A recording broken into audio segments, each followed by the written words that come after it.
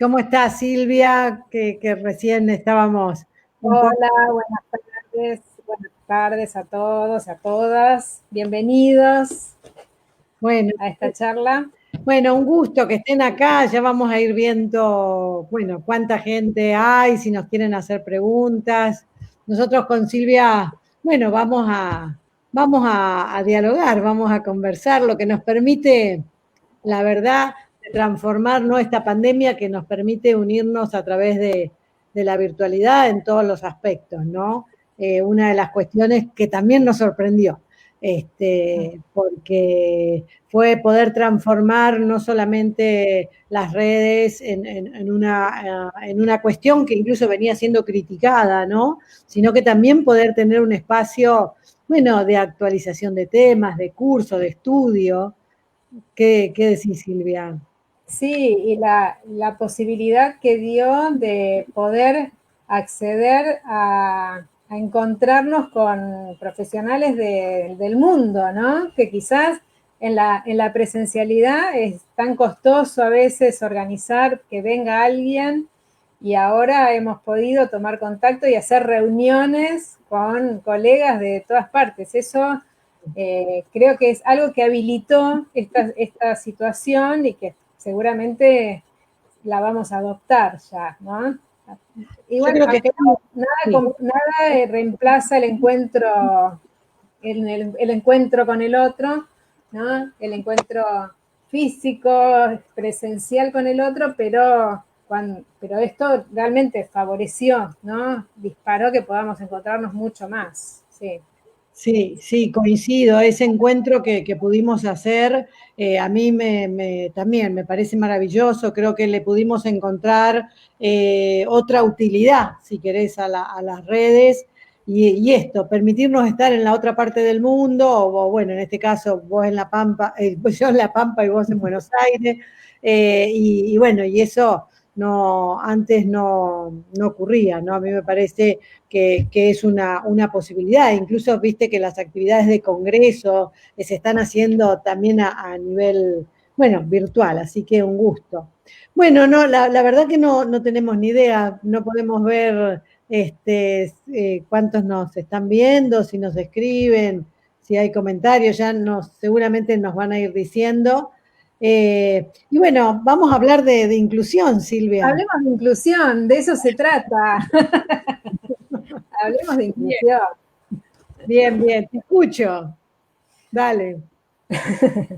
Bueno, eh, hablar de inclusión y justo en estos tiempos, ¿no? Cómo, cómo, cómo los conceptos se van eh, eh, complejizando en su comprensión, en su contenido conceptual, se va transformando, cómo las épocas van transformando justamente eso, ¿no? Los significados y los alcances, ¿no? Entonces, quizás cuando hoy hablamos de inclusión y creo que tuvimos como la verdad puesta crudamente, ¿no? Sobre la realidad, lo que mostró la pandemia y de esto es lo que la mayoría de los encuentros que tenemos, por lo menos entre educadores, se habla en otros ámbitos también, pero entre educadores, eh, la comprensión de cómo esta pandemia mostró crudamente, ¿no? El nivel de desigualdad que había en el acceso, ¿no? A, a las ofertas escolares, a las dificultades para la continuidad, para la permanencia. Y entonces inclusión hoy también nos atraviesa para pensar en las condiciones que se ofrecen desde los sistemas educativos, desde los gobiernos, para garantizar que todos y todas puedan, digamos, tener acceso a su derecho a la educación, ¿sí? Fundamentalmente. Que ese derecho muchas veces no es, a ver, no es garantizado para todos y a veces ni los sistemas educativos no tienen la dimensión, ¿no? De cuánto falta realizar, cuánto falta, cuántas políticas públicas a veces son necesarios pensar y desarrollar para garantizar ese derecho a la educación. Entonces, para mí hablar de inclusión es hablar esencialmente de garantizar el derecho a la educación, ¿sí? Bien. Lo Bien, veo de ese lado. algo que vamos a tratar en el curso, ¿no?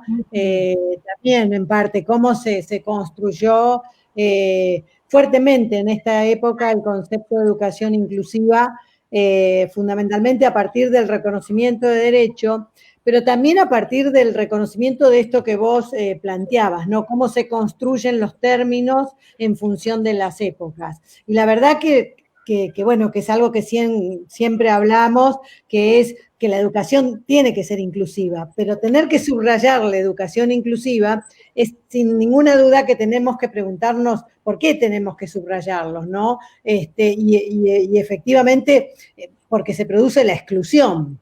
Pero también cuando se produce la exclusión, es decir, ¿quién construye la exclusión? ¿No? Porque así como planteamos de construir inclusión o educación inclusiva, que es lo que vamos a charlar, ¿no? Porque la verdad que inclusión y exclusión pueden ser abordados desde diferentes campos, de diferentes enfoques, y nos vamos a referir específicamente a la educación. Entonces, ¿cómo se construyen a partir de lo que se vive en la comunidad, ¿no? Yo releía por estos días, seguramente capaz que lo conocés, pero a Saúl Cartz, que tiene un libro muy interesante de hace algunos años que se llama La exclusión bordeando sus fronteras. Y es un análisis muy interesante que en general lo hacen en relación al empleo, ¿no? Pero aparecen, por ejemplo, fuertemente las personas con discapacidad o cómo se van construyendo categorías, ¿no? De personas, sobre todo para poder reconocer quizás una falla que tiene el sistema, ¿sí? Claro. Porque no es un problema de las personas, ¿no? Eso también me parece importante por ahí subrayarlo, desde qué lugar lo construimos, ¿no? Y en realidad acá muchas de las veces está construido desde la falla del sistema, porque desde ese lugar creo que es importante señalarlo. Porque en el caso de educación inclusiva, que muchas veces se asocia fuertemente con la educación de las personas con discapacidad, es cierto que está vinculada, pero no es el único grupo de personas, ¿sí? O de estudiantes, si querés, en la etapa escolar, que están excluidos del sistema, ¿no? Y entonces ahí me parece que uno de los puntos importantes y que creo que lo vamos a poder profundizar también en el curso, es poder ver eso, cómo se fue construyendo fuertemente este concepto para que hoy estemos hablando y exigiendo y pidiendo que los estados garanticen educación inclusiva. Y por supuesto el efecto que eso tiene ya no solamente hablo del sistema, pero hablo de la escuela, hablo del aula, hablo del rol docente, ¿no? De la familia, de los otros estudiantes. Así que eso también me parece importante subrayarlo porque, a ver, te lo consulto y tipo pregunta, es porque viste que muchas veces se cuestiona el tema de la inclusión, ¿no? Se cuestiona mucho la educación inclusiva, y entonces me parece que por lo menos yo veo que se lo trata de minimizar, y no es algo para minimizar, porque muchas cosas surgen a partir de lo que uno se cambia los lentes, ¿no? Y cuando uno se cambia los lentes y cambia también la mirada y el enfoque con lo que estaba analizando, es ahí que se da cuenta y dice, no, bueno, pero es que si no hay educación inclusiva no puede ser, es decir, no podemos seguir haciendo diferentes tipos de educación para los diferentes tipos de categoría que por allí se construyen socialmente, ¿no? Tal cual. Sí, sí. Mira, yo te escuchaba y pensaba como en esto de cuántos sentidos que tiene hablar de inclusión, ¿no? Desde cuántas perspectivas uno puede abordar la temática de la educación inclusiva, porque si bien hay un aspecto que tiene que ver con cómo la historia de la educación fue construyendo sistemáticamente distintos grupos que han quedado como excluidos, ¿no? Dentro de los sistemas educativos y cómo cómo la historia fue reparando esas exclusiones. Digo, antes la escuela era solamente para los varones, después pasó a haber la escuela de varones y la escuela de mujeres, y hoy hablamos desde una perspectiva de género, desde otro lugar, o sea, entonces los sentidos de pensar la inclusión cuando se hablaba del derecho de la mujer a la educación, bueno, ese era un sentido que tenía hablar de inclusión en aquel momento. ¿Cómo se va transformando a lo largo del tiempo? Entonces, ¿cómo había grupos que estaban excluidos del mismo modo que la persona con discapacidad en determinado momento histórico quedaba por fuera de todo el proceso educativo, en tanto se sospechaba de sus condiciones de educabilidad? Hoy en día, la inclusión, uno la analiza, la educación inclusiva, uno la tiene que analizar completamente desde otra perspectiva. Es decir, porque si no sería como no reconocer que hubo políticas públicas que han contribuido a generar mejores condiciones de educación. Lo que creo es que esos sentidos, ¿no?, que se van construyendo en relación a la inclusión han generado, es como que van, yo siempre cuando doy clases, ¿sabes?, siempre digo que hay algo de lo cíclico o lo dialéctico de la historia hace que algunas perspectivas, por más que uno piense que están superadas, en realidad esa superación siempre incluye algo de lo anterior, y eso anterior a veces opera como obstáculo. Entonces yo digo, hoy, cuando hablamos de los sentidos de la educación y la educación inclusiva, también tenemos que ver algunas cuestiones que se van constituyendo dentro de los sistemas educativos, que por más que uno dice, bueno, no, hoy, ¿desde cuánto hace que dentro del sistema educativo, por ejemplo, existe el derecho a la educación de las personas con discapacidad? Sí, es cierto, existe, pero existía en un sistema paralelo, en un sistema segregado, y ese era un avance respecto al anterior, sí, absolutamente, muchísimo, muchísimo. Pero hoy en día nos estamos planteando otra cuestión, ¿no? Garantizar la inclusión ya implica pensar que entonces, como vos decías antes, no es la inclusión pensándolo en relación a una evolución de la educación especial, ¿no?, como si fuera un término que fue evolucionando la educación especial. No, hablar de inclusión es como, a ver, ¿cómo armamos este sistema educativo para que estén todos transitando este sistema educativo, garantizando la permanencia, el aprendizaje, el participar junto con otros, el compartir los espacios? Ese es el sentido actual que uno le pretende dar a la inclusión, ¿no? Entonces no es que ahora se habla, es como a veces uno escucha que algunos docentes más jóvenes dicen, ay, tengo 4 alumnos incluidos, ¿no?, en el aula. Como que entonces ya en esa misma nominación la palabra está diciendo exactamente lo contrario de lo que debería decir, ¿no? Totalmente, bueno, sí, de acuerdo. ¿No? Coincido, sí. Yo mientras vos hablabas pensaba en esta representación que se va construyendo socialmente, ¿no? Por ejemplo, desde que no iban a la escuela, vamos a hablar de grupos que han sido marginados específicamente en la educación, ¿no? Por ejemplo, las personas con discapacidad. Y que luego se construyó, ¿no?, si querés, la herramienta, una vez que aparece esa necesidad, y que obviamente es un derecho, se construye la herramienta de la educación especial, ¿no?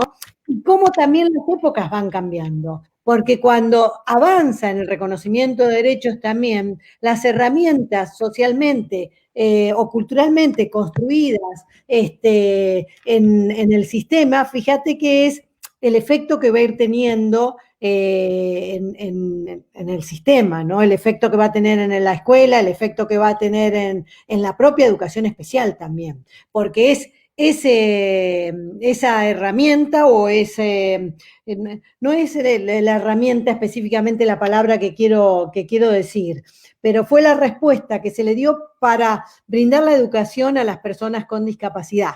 en una manera segregada, si se quiere. Ahora el enfoque ahora y ya hace bastante tiempo, no es que ahora, no es que desde ayer tampoco, realmente el poner en cuestionamiento los espacios segregados también hace que se generen transformaciones en el dispositivo que se puso, ahí me salió la palabra que decía, en el dispositivo que se puso para dar respuesta a esos estudiantes, ¿no? Porque en parte ha sido así, es lo que la sociedad construye a partir de las necesidades que se van planteando en los tiempos. Y creo fuertemente en eso, que el planteo ahora de poder garantizar, del planteo ahora de la mejora que significa para las personas con discapacidad y para todos los grupos, no sé, como las poblaciones pueden ser también, y que muchas veces quedan fuera del sistema, como puede ser la población gitana,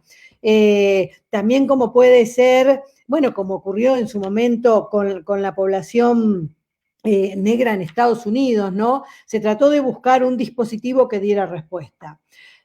Silvia se cayó, ya nos había comentado que tenía dificultades con internet, que lo estamos teniendo todos, pero ella va a volver a entrar, ahí entró. Sí, sí, me quedé sin audio, no te estaba escuchando, me entró en una desesperación tremenda. Ahora sí. No, y entonces señalaba esto sintéticamente, cómo los dispositivos, o sea, a medida que se buscan categorías y que además se muestra, ¿no? De que hay una necesidad que no tiene respuesta, que puede generar una exclusión, cómo se busca un dispositivo. Y decía que la educación inclusiva, como ahora, también empieza a proporcionar o poner en cuestionamiento el dispositivo, ¿no? Porque nosotros tenemos, y eso no quiere decir que hay que, a ver, tampoco que hay que ser fatalista y decir, bueno, no, absolutamente eliminarlo. No, no, no, no se plantea eso. Lo que se plantea, sobre todo con esto rescatando lo que vos decías antes bueno, de cuánto queda de una mirada anterior o de un dispositivo anterior cuando hay un cambio, ¿no? Efectivamente hay que rescatar la especialización que tienen el personal docente, la especialización y la historia para brindar los apoyos, pero el tema es en qué ámbito, ¿no? Y la educación inclusiva viene a poner en cuestión este tema y que además cuestiona el sistema, porque es el sistema el que ahora tiene que empezar a reestructurarse, ¿no? Vos hiciste eso, yo voy a prender la luz, porque si no, dentro de un rato no me van a ver. Dale.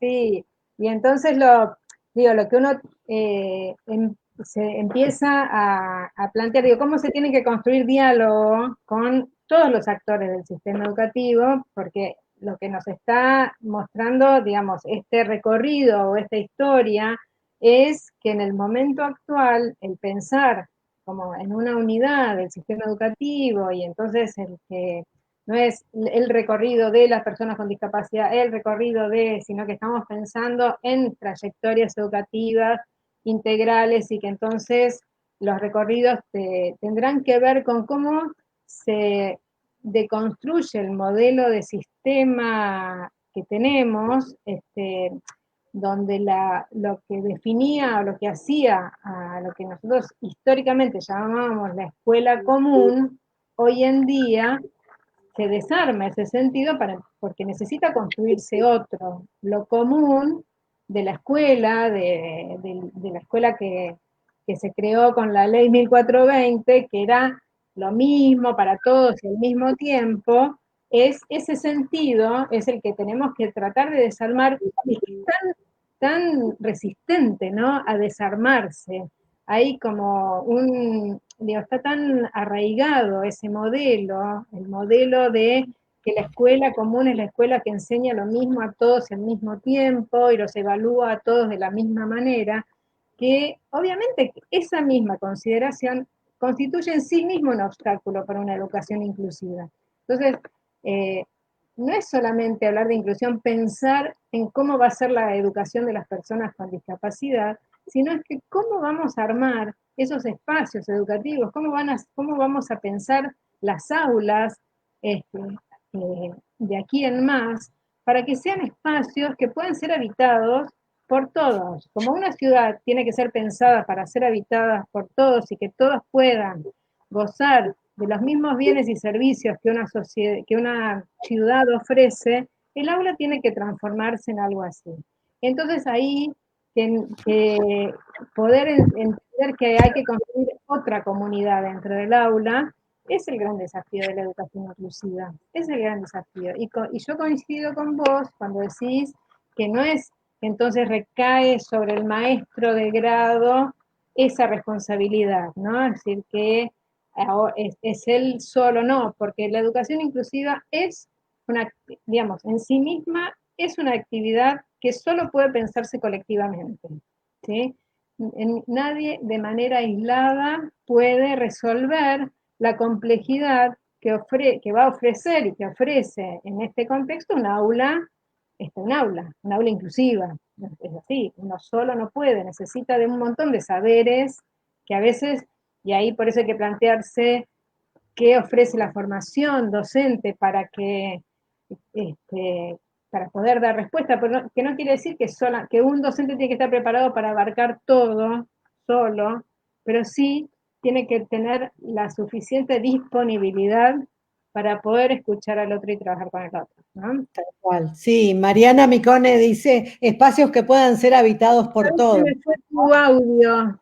Otra vez se Ah, me fue tu audio, no sé qué pasa.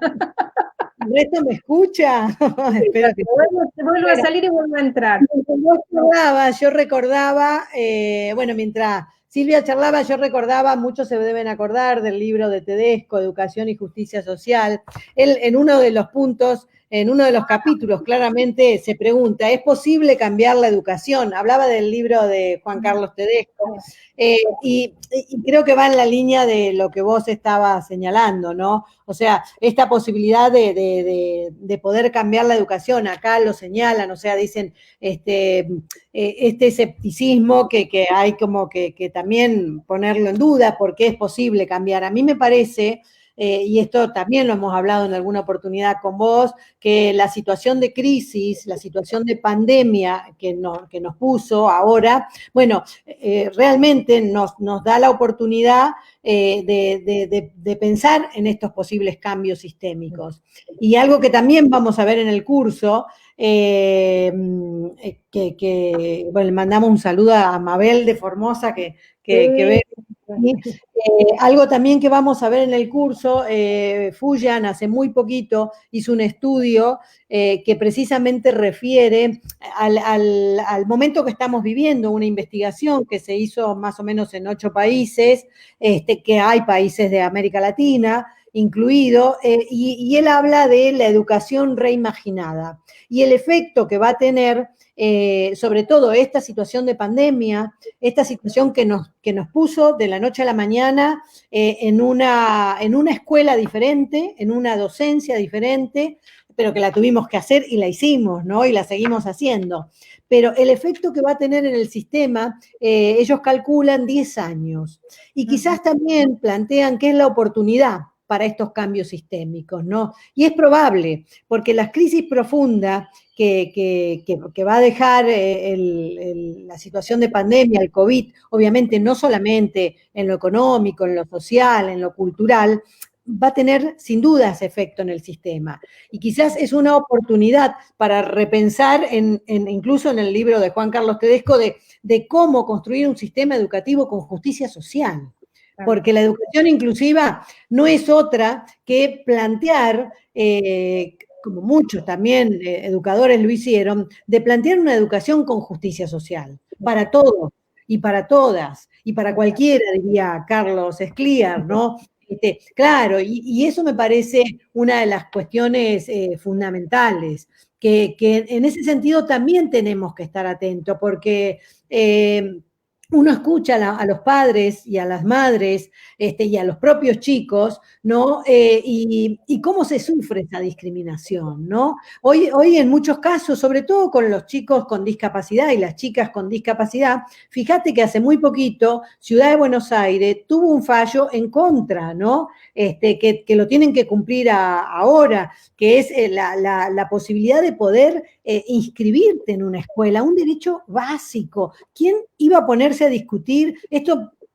Un poco, no sé, yo pensaría en los chicos de Estados Unidos, los estudiantes negros cuando no podían ir a la escuela, que te niegan la posibilidad de inscripción de un estudiante, es realmente algo que los sistemas tienen que ponerse a pensar. ¿Sucede en todos? No, no sucede en todos, pero los padres y las madres siguen denunciando este tema. Entonces, creo claramente que por más que esté la resolución 311 del Consejo Federal, me parece importante que en muchas provincias todavía es necesario seguir trabajando en esa línea, ¿no? Claro, sí, sí, sí, tal cual. Sí, y un poco retomando este sentido que vos le dabas a la cuestión de la justicia, ¿no? Que una de las maneras que encuentran las familias para reparar esa situación es acudir a la justicia para, ¿sí? Como que tienen que judicializar la situación para poder encontrar una respuesta cuando no existe ese diálogo posible entre la escuela y la comunidad, la familia, y entonces se judicializa eso. Y otro sentido más, que a mí me parece que también lo vamos a trabajar en el curso, es el sentido de justicia que yo trabajo bastante a partir de los trabajos de una eh, socióloga feminista de Estados Unidos, que es Nancy Fraser, y que ella Sí, habla de, digamos, que los dos sentidos que tiene la justicia, ¿no? La justicia, o los actos de justicia, sí. como la justicia como redistribución, es decir, que garantizar la igualdad, ¿no?, de derechos, Y eh, reconocimiento. y la justicia como reconocimiento. Es de Entonces, Honneth, en realidad. Ellos, viste que lo han debatido muy interesantemente, tiene unos libros interesantísimos. claro, tal cual. Y me parece que el derecho a la educación, en términos de construcción de justicia social, como vos lo planteas, tiene que tomar estos dos aspectos. Es como que no debemos, o sea, no es solamente, y ahí digo, voy un paso más allá, no es solamente otorgar la vacante, ¿sí? Que todos tienen derecho a tener una vacante. Es también el reconocimiento de que para que su trayectoria educativa sea, a ver, exitosa en términos pedagógicos, hay que, hay que garantizar los recorridos particulares que cada sujeto puede llegar a necesitar, ¿sí? Y entonces ese es el verdadero sentido de la justicia. Coincido, coincido. Y yo le sumo a lo que vos tomás de Fraser, que es muy interesante, de la justicia que ella plantea, la redistribución y el reconocimiento, el concepto de Connet, ¿no? Este australiano también, que él habla de justicia curricular, ¿no? Y entonces, Y a ver, ahora es ella, te quiero descontar. Con él es ella. ese, eh, Hizo una transición, sí, sí. ¿cómo? Que con él ahora hizo una transición, ahora es mujer. Ah, mira qué bien, muy bien. Bueno, pero así como cambiamos sobre todo, fíjate que qué buen ejemplo que diste, porque eso también hay un cambio, ¿no? O sea, hace algunos años no podíamos plantearnos eso, ¿no? Es decir, o no se lo aceptaba en la escuela, pasaba eso con la elección de la identidad de cualquier ser humano, y entonces no te aceptaban en la escuela, te discriminaban. Todavía hay casos que muchas veces se ven, pero esta posibilidad de que la inclusión es mucho más amplia, ¿no? Claro, El sentido, porque creo que tiene que ver también y esencialmente es con qué sociedad queremos, ¿no? exactamente. O sea, la educación que nosotros queremos es la sociedad que anhelamos, ¿no? Entonces, y la educación no puede ir por otra línea, es decir, tenemos que plantearnos que tener escuelas especiales donde se segregan todavía estudiantes, estamos en una paradoja o en una contradicción absoluta con una educación, con una sociedad inclusiva, ¿no? Entonces, Sí, después no nos quejemos si en la sociedad hay discriminación, después, claro, porque si nosotros estamos promoviendo eso, exactamente. tácitamente, directamente, entonces, me parece que hay que pensarlo muy fuertemente desde ese lugar. exacto. Y también pensar, digo, si hablamos de paradojas, ¿no? La inclusión, hablar de inclusión nos lleva a veces a estas tensiones, estas paradojas. Digo, ¿no? En un modelo educativo que avanza hacia la inclusión, también se ve atravesado por un modelo eh, de relación a las infancias sumamente medicalizador y patologizante.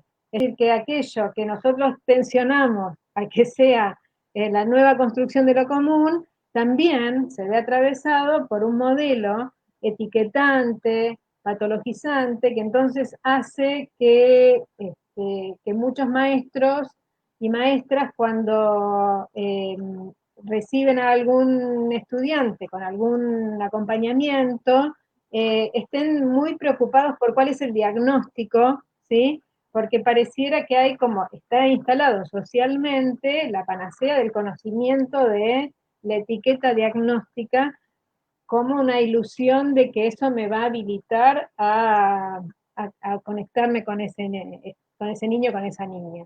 Digo, esas son paradojas de la situación actual, ¿no? Como, entonces también nos lleva a desarmar, digo, porque si no es como que tratamos de desarmar la tradición, ¿no? De clasificación que tenía el modelo de la educación especial tradicional. Claro. Sin embargo, nos movemos en una sociedad y en un modelo que desde la misma, digamos, política y yo digo económica, social, está atravesado por esta constante patologización, medicalización y etiquetamiento de las infancias. Entonces, no, digo, lo que en algunos momentos decíamos, medio como en broma, en chiste, los que los niños entraban hoy por la puerta grande de la escuela común, que son los niños o niñas, ponerle con síndrome de Down, que entran en la escuela común, salen los otros eyectados con el diagnóstico de TGD-ADD rápidamente, ¿no? O sea, como que salen, especialmente ADD, ¿no? Digo, ese cuadro tan inespecífico, pero que salen rápidamente a ser diagnosticados, etiquetados y a ser inclusive segregados dentro del aula, ¿no? Digo, estas son todas paradojas Claro. que se establecen a partir de esta discusión.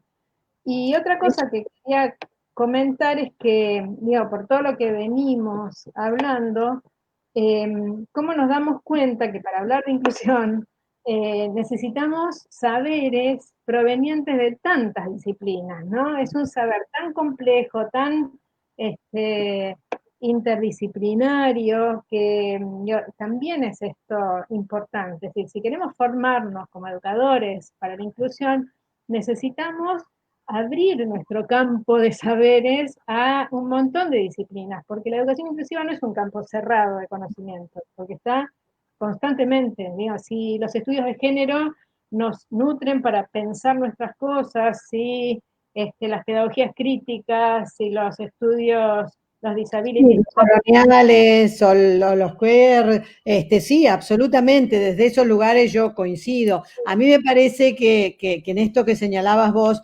el punto quizás también importante es la deconstrucción, ¿no? O sea, para poder hacer ese paso, una compañera recién y vimos que dijo, hacen falta agallas, hace falta coraje. Es verdad, porque los cambios, ¿sí? Se hacen con fuerza, con coraje, con pasión, porque si no, a ver, los negros seguirían fuera de las escuelas de los blancos en Estados Unidos. Esto sería así, claramente, o las mujeres seguiríamos sin haber entrado a la escuela todavía, porque era solamente para los varones, y esa lucha es así.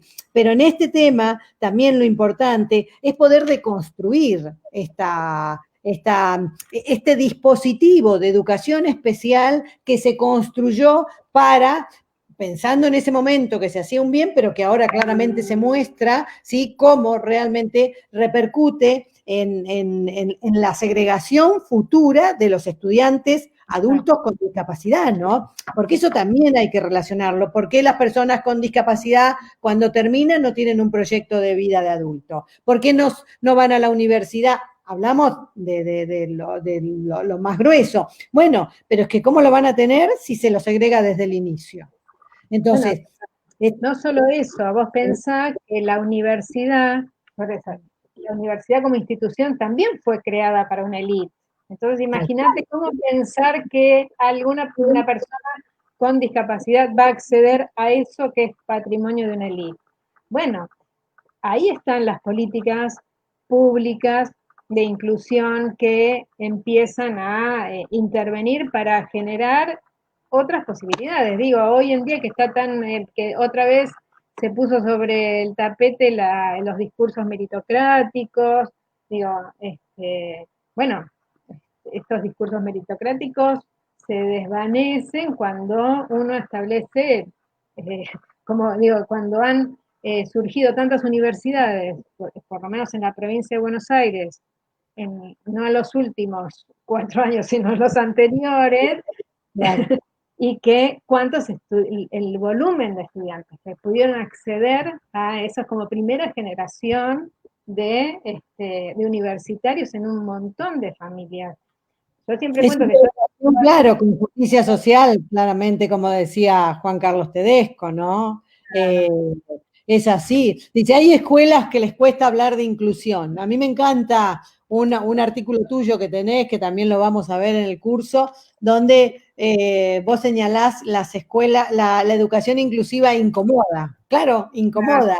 Y sí, porque hay que incomodarse, porque no es fácil reconocerse de que uno está apoyando un sistema segregador, pero además en no poder encontrar alternativa de solución. Entonces, como yo no sé qué respuestas dar, bueno, lo que tengo de una manera quizás, no te diría simple, pero con la que puedo responder es esto, etiquetar, como vos dijiste, buscar una herramienta para la etiquetación o el diagnóstico, es decir, tomar de un modelo médico que después nos permite clasificarlo y apartarlo. Entonces, esto es muy importante también en la deconstrucción para la educación inclusiva, porque tenemos que hacer consciente eso. Si no somos conscientes de eso, se lo sigue tomando como una agresión a la escuela especial. Esto te lo plantean mucho las familias, y se lo plantean la lucha también, ¿no? Y la verdad que es esto, hay que entender claramente, no es una agresión,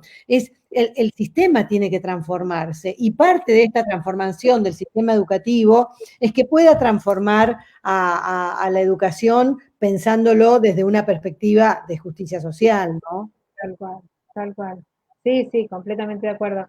Yo, yo creo que, aparte de esto que vos decías, de incomodar, me parece que, que todos los educadores desde esta posición, ¿no? Desde esta posición de la que nosotros estamos planteando, asumen una postura ética, ¿sí? Es decir, la educación inclusiva es una postura ética. Yo siempre digo dos cosas que a veces suenan medio fuertes. Yo digo, es una postura ética, pero también es revolucionaria. O sea, porque tiene que cambiar sobre las bases sobre las cuales nuestro sistema educativo fue construido, hay que cambiarlas, porque si no, esto que tensiona siempre a que permanezca, entonces digo, hay que animarse a cambiar, hay que animarse a cambiar y decir que se puede. A veces digo, no voy a decir que se puede porque no me gusta, vuelvo atrás. No, lo que digo es que es posible pensar y hacer un camino en ese sentido, en ese recorrido. Porque, de hecho, digo, vos, como directora de una escuela, has hecho un recorrido que seguramente podés dar cuenta de cómo fue posible construir con otros destinos posibles para muchos chicos, ¿no? Y chicas que antes hubieran quedado en el marco cerrado, protegido, cuidado de la escuela especial, ¿no? Sí, digo, cuando digo, lo digo generalmente, el cuidado protegido, ¿no? Digo, como es ese espacio que se construyó absolutamente adaptado a esa particularidad. O sea, antes yo te decía que daba antes de que empezara la charla, que yo doy clases en una materia que es teoría sociohistórica, y la teoría sociohistórica plantea claramente esta posición, ¿no? Respecto a, imagínate que Vygotsky en la década del 30 ya decía que las escuelas especiales lo que hacían era acomodarse a lo que él llamaba el defecto, ¿no? Él hablaba de la defectología, cómo se Tecnología. acomodaban, ¿no? Al defecto, Sí, y acá estamos y diciendo que es justamente el error que significaba eso, y esas palabras es como que vuelven, ¿no? A nosotros reactualizadas, porque justamente nos están marcando esta cuestión, ¿no? De, es una, si uno asume una posición ética, si uno asume una posición donde eh, las cosas no, diga, esa aceptación de que, bueno, ¿y por qué haces? Y porque siempre se hizo así, que en educación a veces es bastante frecuente. ¿Y por sí. qué haces? No sé, porque siempre hicimos esto, ¿no? Muchas Pero sí, por eso la pandemia me parece que brindó la oportunidad y rompió el mito de ese yo no estoy preparada, ¿no? Eso yo también lo sostengo mucho porque hasta hace unos años yo no estoy preparada, a mí no me prepararon para, ¿no? Un poco en relación con la formación docente, que es cierto que tiene que cambiar. Es cierto que la formación docente también es necesario que rompa, ¿no? Tanto la especializada como la general, porque sigue estando estructurada sobre la base de este etiquetamiento, ¿no? De esta discriminación, del problema en el estudiante. Entonces, esos son cambios importantes que se tienen que hacer en la formación docente. Eso me parece muy, pero más que importante. Y por el otro lado, también se encontró a través de esta pandemia, porque nos puso en situación de encontrar alternativas de un trabajo colaborativo a través de lo virtual, que quizás en la presencialidad no se daba, ¿no? Algo que vos vas a profundizar y que también es muy importante. Yo creo que estos son, por lo menos, muestras que van a tener efectos muy fuertes sobre la práctica, en la cultura escolar también, porque ahora hay que acostumbrarse a la presencialidad y a lo virtual, ¿no? Sobre todo, no sé, en la provincia de La Pampa ya empezamos y tenemos espacios de presencialidad y espacios virtuales. No están todos los alumnos, entonces, además, esto genera otro modo de gestionar y dirigir la escuela en el caso de los directores, pero también en los docentes, que genera otro modo de gestionar y dirigir su enseñanza, ¿no? Su actividad de enseñanza, cómo lo hace con los estudiantes de modo virtual y cómo lo hace con los estudiantes cuando toca la presencialidad.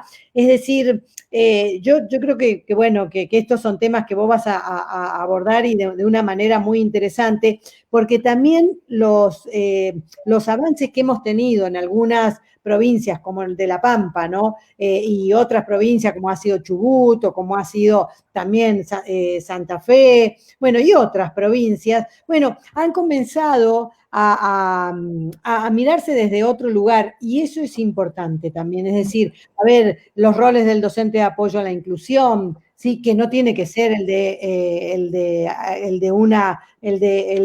generar un sistema de segregación dentro del aula, sino de un trabajo en pareja pedagógica, bueno, como algo que vamos a trabajarlo también muy fuertemente en el curso, y la importancia de eso, ¿no? El cómo poder construirla. Tal cual.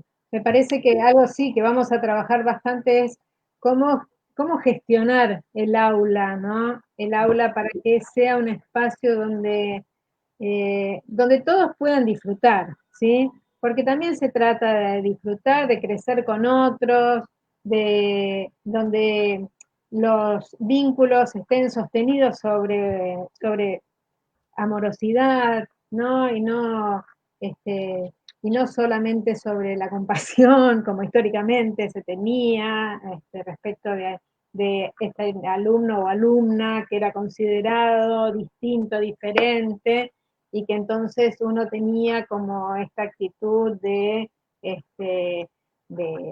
de ofrecerle, abrirle el espacio, pero bueno, y ocupar un espacio, y a veces quedaba que otro se hiciera cargo, ¿no?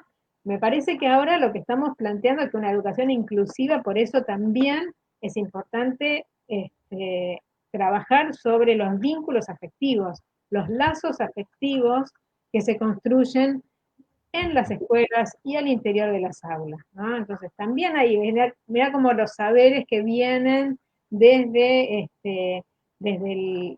los que trabajan sobre y analizan los vínculos de confianza, los lazos afectivos, cómo necesitamos también recursos desde ese lugar para transformar nuestros modos de vincularnos, especialmente, digo, para aquellos docentes que ingresan a la docencia con un modelo o una imagen previa respecto de su ilusión a lo que es enseñar, que a veces choca después con la realidad de la escuela concreta a la que le toca trabajar, que es esta escuela donde hay particularidades, diferencias, niños con los que, digo, también es importante trabajar, niños con los que el vínculo afectivo a veces le cuesta más a un docente, y eso hay que trabajarlo, y poder trabajar sobre eso y reflexionar sobre eso también es trabajar en relación a la inclusión, ¿sí?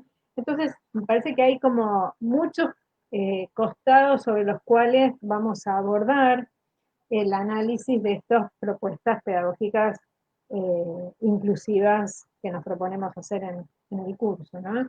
Y analizar estas cuestiones. A mí los vínculos sostenidos, ¿no?, por la amorosidad, que me parece que a veces los docentes, muchos docentes, cosa es que una vez una profesora de prácticas de primaria me había ido a observar el proyecto de pareja pedagógica, y entonces cuando salió me dice, a mí me llamó la atención cómo los profesores de educación, los que están estudiando para ser profesores de educación especial, son profesores que están fuertemente preocupados por su estudiante, por su alumno, ¿no? Por el alumno. Y en cambio, el profesor de primaria que va a hacer sus prácticas está fuertemente preocupado por el contenido a enseñar. Entonces, ese lazo que hay que hacer de desarmar en el pensar que el sujeto de la educación es un sujeto de aprendizaje, el sujeto de la educación especial es un sujeto de aprendizaje, y en pensar que la diversidad de individualidades que hay en un aula hacen que no se pueda solo pensar en el contenido cuando planificas tu clase, ¿no? Desarmar esas tradiciones, ¿no?, de trabajo es parte del desafío que tenemos en este modelo a construir más inclusivo, ¿sí? Tal cual, coincido. Yo pensaba cuando vos hablabas de eso, en la rigidez de muchas prácticas pedagógicas, ¿no? Y no solamente de las prácticas pedagógicas, sino de un currículum también, ¿no? La rigidez de un currículum que creo que también es necesario que podamos abordar como para poder pensar ese trabajo fuerte, señalaba una compañera también recién, de la corresponsabilidad. Y la corresponsabilidad es un elemento que está muy presente, por ejemplo, en el proceso de inclusión educativa que llevó adelante Italia, ¿no? El primer país del mundo que claramente cerró las escuelas especiales y los estudiantes van todos a las escuelas de nivel. Y ellos, en esta corresponsabilidad, también decían, y hay un estudio muy interesante que seguro también lo vamos a ver, es el peligro de que muchas veces se confunda esta corresponsabilidad y no sea lo que vos estás diciendo, es decir, pensar juntos el aula, gestionar juntos la actividad, pensar en todos los estudiantes, ¿no? Incluyendo, si querés, didácticas inclusivas. El peligro está en que el docente de apoyo a la inclusión crea que construir corresponsabilidad es exclusivamente estar para un estudiante. Estar para este estudiante. Y uno de los peligros para Italia es integración inclusiva de Simona D'Alessio, que es muy interesante el estudio, es ese, ¿no? Por un lado, la categoría, esto que vos señalabas, el diagnóstico, la categoría, porque sigue generando discriminación. Por el otro lado, esta relación del docente de apoyo a la inclusión, que también lo podemos ver nosotros en la práctica acá también, y el otro que también nosotros estamos viendo es lo que nosotros llamamos el PPI, ¿no? El programa pedagógico individual, no sé cómo será en Buenos Aires, sí, o el plan pedagógico de inclusión, bueno, en Italia tiene otro nombre similar, y eso también, porque es exclusivamente para los estudiantes con discapacidad. Entonces, no deja de ser un elemento que discrimina también. Entonces, estas cuestiones tenemos que ponerla a debate, tenemos que ponerla en el análisis, tenemos que ponerla en tensión, poder señalar esto que vos decías, de construirlas, y ser docentes críticos, docentes, directores, a la hora que gestionamos el aula, que gestionamos el currículum, si querés también, o que gestionamos la escuela, ¿no? Eso también. Tal cual, sí, sí, sí. Poder trabajar a ver, poder trabajar en conjunto, que es algo que suena muy lindo, pero que no es tan fácil porque justamente por la estructura del sistema, ¿no? La estructura del sistema complica las cosas a veces. Digo, a Y uno le gustaría. también, y la tradición. Melanie Scott tiene una frase de hace muchos años que yo también me acuerdo totalmente, dice, la tradición le teme al cambio. Y esto pasa también, claro, la tradición además se fortifica para eso, para convertirse en una práctica rígida, ¿no? Y tratar de ser impermeable, ¿no? Entonces, coincido con eso. Sí, sí, sí. Eso es como en cualquier sistema, ¿no? Un aula, una escuela es un sistema y un sistema, siempre dicen que cuando viene funcionando de una manera, cuando se introduce algo que lo va a cambiar, estos dicen los que saben de física, yo mucho no sé, pero repito, como que se generan dos fuerzas, ¿no? La que tiende a la resistencia y la que tiende al cambio. Entonces, esas fuerzas están todo el tiempo, ¿no? Presentes. Y en un sistema del aula es muy complicado porque también lo que fue, porque yo te decía, que hay políticas inclusivas, hace décadas que hay políticas inclusivas que se han ido dando, pero muchas veces han generado y han construido respuestas parcializadas para hacer lugar a alguna situación en particular y generar entonces mejorar alguna trayectoria educativa. Bueno, a veces esas respuestas como que se van superponiendo una respuesta con la otra y quedan así, instaladas en el sistema. Entonces, también, ¿cómo haces para construir cierta dinámica, y ahí retomo lo que vos decís de la corresponsabilidad? Entonces, si hubiera cierta construcción de corresponsabilidad, que también, digo, debería darse desde los mismos sistemas, quienes coordinan los sistemas educativos, habilitando, ¿no? Estos modos de gestionar de una manera corresponsable, se podría empezar a ir cambiando, pero digo, no es fácil, no es fácil, porque los que nos están escuchando decir, bueno, pero ¿cómo hago yo en mi escuela si no tengo, o soy maestra de apoyo a la inclusión y tengo que ir a 3 escuelas distintas y sí, no puedo hacer un trabajo corresponsable porque el trabajo que tengo en la práctica es la docente planifica y me da la planificación y me dice, bueno, ajustásela, adaptala. Y entonces, claro. bueno, eso no es un trabajo corresponsable, ¿sí? El trabajo corresponsable es pensar junto el tema. Nosotros trabajamos mucho, que también no vamos a ver en profundidad, pero lo vamos a tocar bastante y va a haber muchas herramientas al respecto, de didácticas inclusivas, y entre ellos el diseño universal del aprendizaje, ¿no?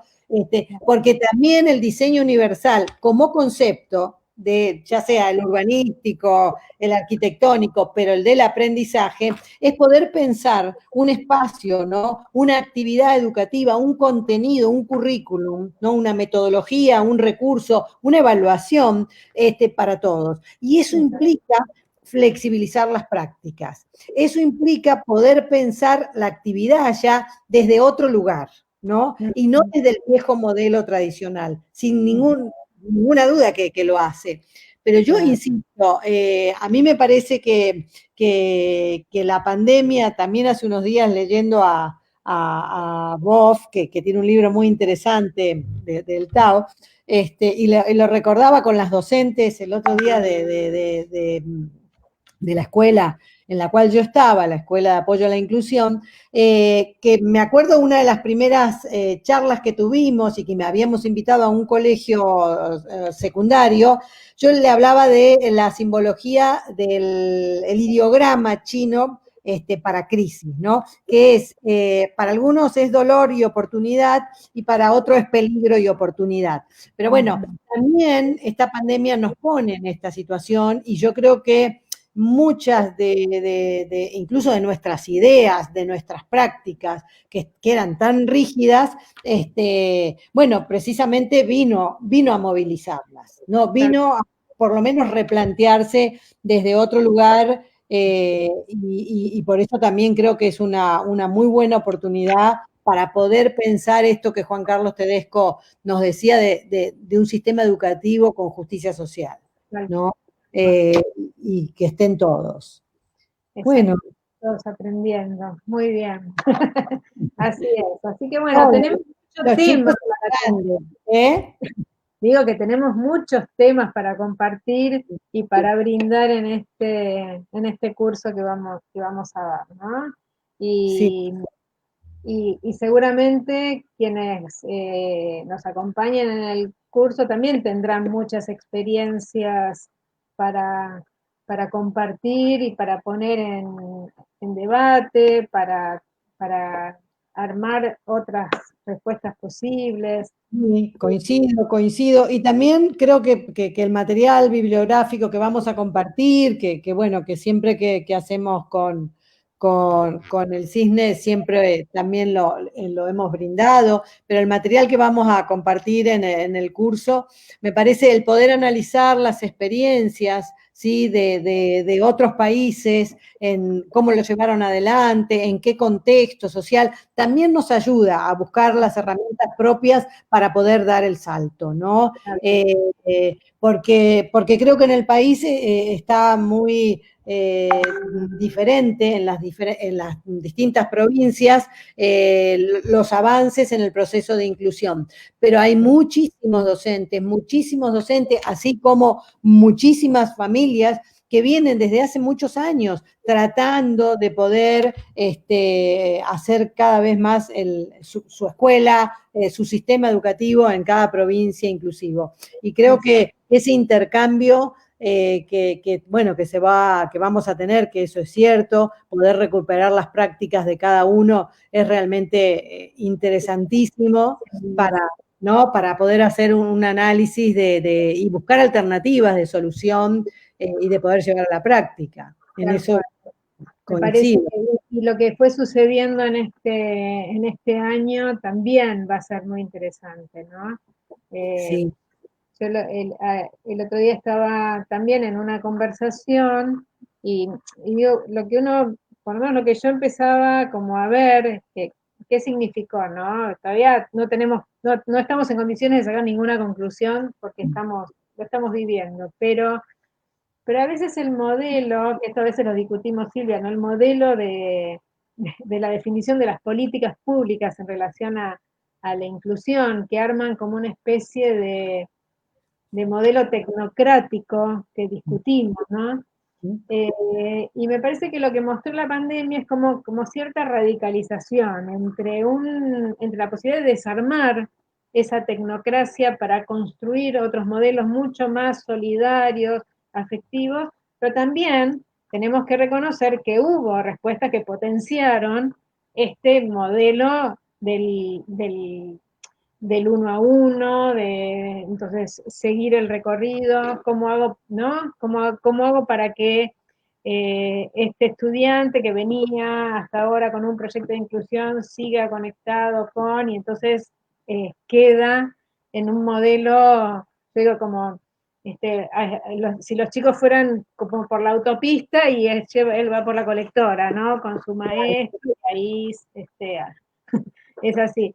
Porque yo digo que no sea justificado. Yo digo que la colectora es buenísima porque uno va al ritmo que quiere, ¿no?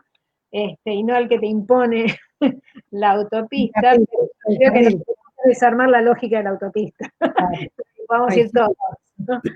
Sí, sí, sí. Bueno, son los peligros, yo creo que son los peligros o las amenazas, si querés, que se pueden producir en una situación de crisis, ¿no? Y en eso también tenemos que estar atentas, creo que tenemos que tener herramientas para poder visualizarla, porque si no las visualizamos, nosotros estamos convencidos de que estamos haciendo lo correcto, ¿no? Exacto.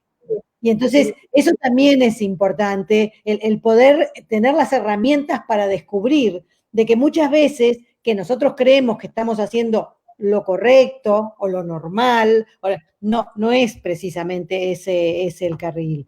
Y bueno, eso también necesitamos, bueno, conocer no solamente las experiencias de otros, sino lecturas que nos habiliten a poder mirarlo desde otro lugar, eso es muy importante, o sea, esta construcción de una educación inclusiva y una deconstrucción de la educación especial, sin ninguna duda, que implica tener que tener un conocimiento teórico interesante, como también después para poder llevarlo a la práctica, ¿no?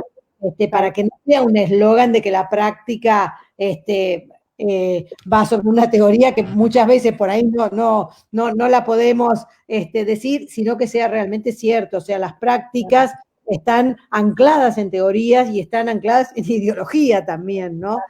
Y eso va a ser importante que lo veamos y lo vamos a ver en el curso. Bueno, creo que vamos terminando. Sí, estamos en tiempo, ¿sí? cumplimos la hora. Como Muy siempre bien. decimos que bueno, que después miramos las preguntas, porque acá no las podemos ver, pero bueno, cualquier cosa contestamos, Silvia, ¿te parece? Por supuesto. Por el Facebook miramos y les respondemos por ahí. Exacto. Bueno, les mandamos un abrazo enorme, ¿no? A todos y a todas. Nos decían bueno, Sofía, que es nuestro apoyo tecnológico y le agradecemos y le mandamos un beso grande. Bueno, nos decía bueno, que había muchos participantes, ¿no? Y bueno, yo les mando gracias, bueno, de Salta Capital. Bien, qué bien. Bueno, sí, de muchos lugares. Muchas gracias, Sinergia también. Muchísimas gracias. Y bueno, Pamela Molina, muchas gracias también. Mónica, mirá qué bien. Mónica, Jaime. Bueno, ¿nos despedimos, Silvia? Nos despedimos y nos vemos prontito, entonces. Sí, y gracias a la gente del cine, por supuesto. Bueno, muchísimas gracias a todo el Cisne. Bueno, un beso muy grande. Chao, gracias. Chao.